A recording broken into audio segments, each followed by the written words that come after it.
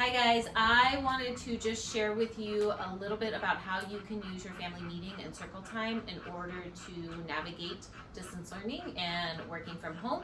So if that's something that has been a challenge for you last year, or if it's a new thing that you're going to be incorporating into your daily routine, then I'm going to show you just a couple tips and tricks. This is how we would use it in a school setting. So perfect timing to practice this at home. My boys, we've done one take already, so this is our take two, so it's gonna feel a little more smooth for us, I suppose, but it's still unscripted and we're just pretending like we are actually having a meeting. So first tip is to just schedule this pre-meet before you need to actually get to business. So do it at a time when you're not rushed. If it's like the weekend and you just have time to talk about it, or maybe like a time during the evening where you're not feeling overly rushed, then just give yourself the time to sit down and talk about it, ask questions. This is just a pre-meeting. So what I'm doing and what the point of this is telling my kids that we are going to be having morning meetings before school to help go over expectations, to just check in with them and see how they're doing, and then kind of set a tone for the day. I don't want to just start doing it because that is going to raise their defenses. They're going to think it's a little bit weird. They're going to feel a little like off kilter because mom is just calling them into this meeting all of a sudden. So some families that's not an issue for, but I would say just pre-meet, tell them that it's coming, so that way it probably can increase the likelihood of it going a little smoother when you actually start doing morning meetings. So we're just going to pretend like we're having our meeting now. Okay guys, so with distance learning, we're going to start doing some morning meetings before school gets started and before you guys have to log onto the computer, okay? Dawn, you guys did these in Mrs. Rivera's class, right? What did you guys call them? Morning meetings. And then what did you guys do in your morning meetings?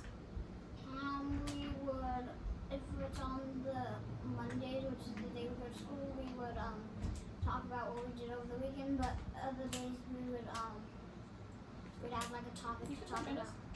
You'd have a topic? Yeah. Like a question of the day or something? Yeah, question of the day. Okay. And then Taylor, you said that you guys have never done these? We've done like something like Similar? where Okay, but not necessarily sitting on the carpet in a circle. We do sit in the park on a circle. Mm-hmm. Can you speak up? I forgot what we did that. I think we would just talk. I think we do it on Mondays. We just talk about our weekend or something. Okay. So my kids, their schools have done something similar, so they have some concept of it, so I can help them relate it to that, so that way they can make that connection, they understand what it is that I'm going to be asking of them. If your schools haven't done circles or morning meetings, then you might just have to introduce this concept in a way that makes sense to your family. If you've already been doing family meetings, then you're just going to share, hey, just like our family meetings at night or whenever you do them, we're going to do this thing in the morning. Alright, you guys, so the point of our morning meetings are just to get our day organized, okay? It's not, and for me to just check in with you guys and kind of see how everybody's doing, how you woke up, how you slept, so that way we know like what we can expect of each other during the day.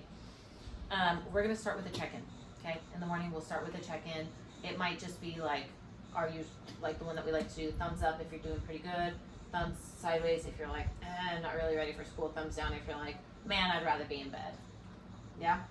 So that way, and let me turn to the camera, that way, the point of that being is, once you know how your kids are doing, then you can determine what demands you're going to place on them and how much you're going to ask of them.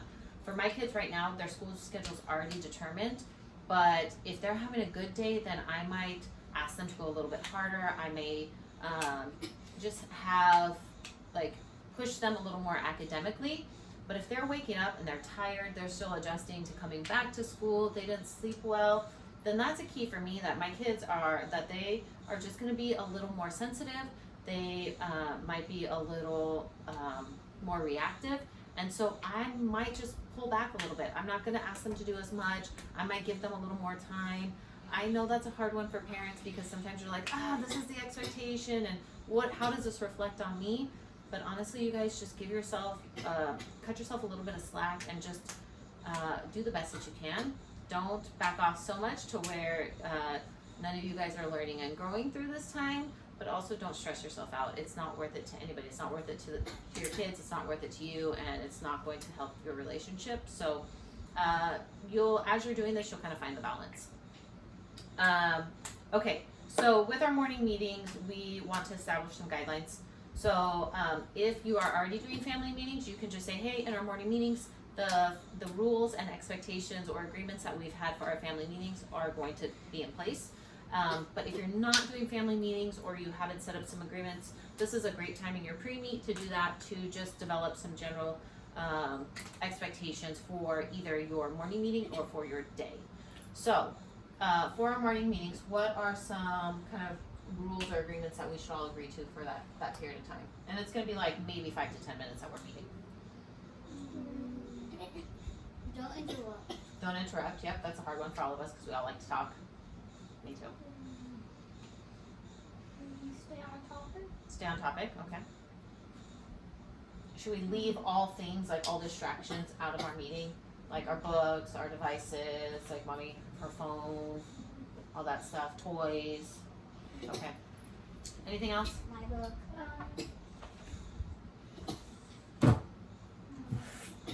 I can't think of anything. Can you guys think of anything?